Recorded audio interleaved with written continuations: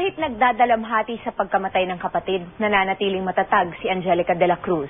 Ikinuwento pa ng aktres ang mga huling araw na nakasama niya ang kapatid. Yan ang report ni Aubrey Carampel.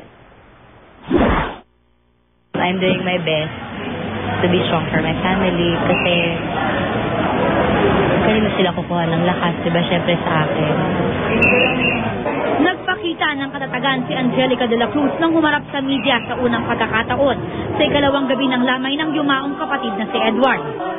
Isang misa ang ginanap kagabi sa Floresco Funeral Home, Heritage Memorial Chapel sa Malabon.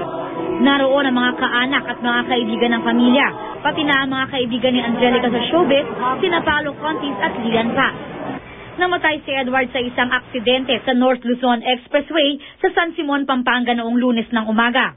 Labis raw na nagulat si Angelica nang mabalitaan ang sinapit ng kapatid. Hindi ako naniwala kasi daddy ko tumawag sa akin ng 6:30 ng umaga. Anak, may tumawag kasi sa akin.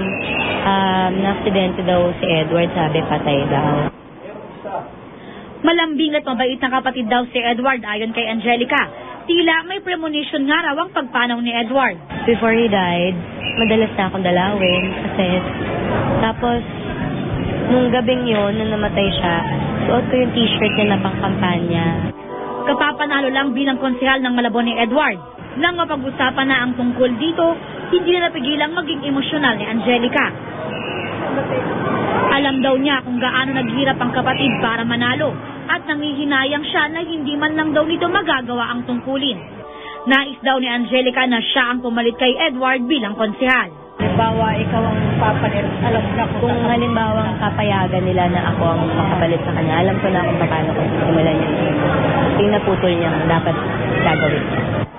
Aubrey Carampel, Nakatutok, 24 Oras.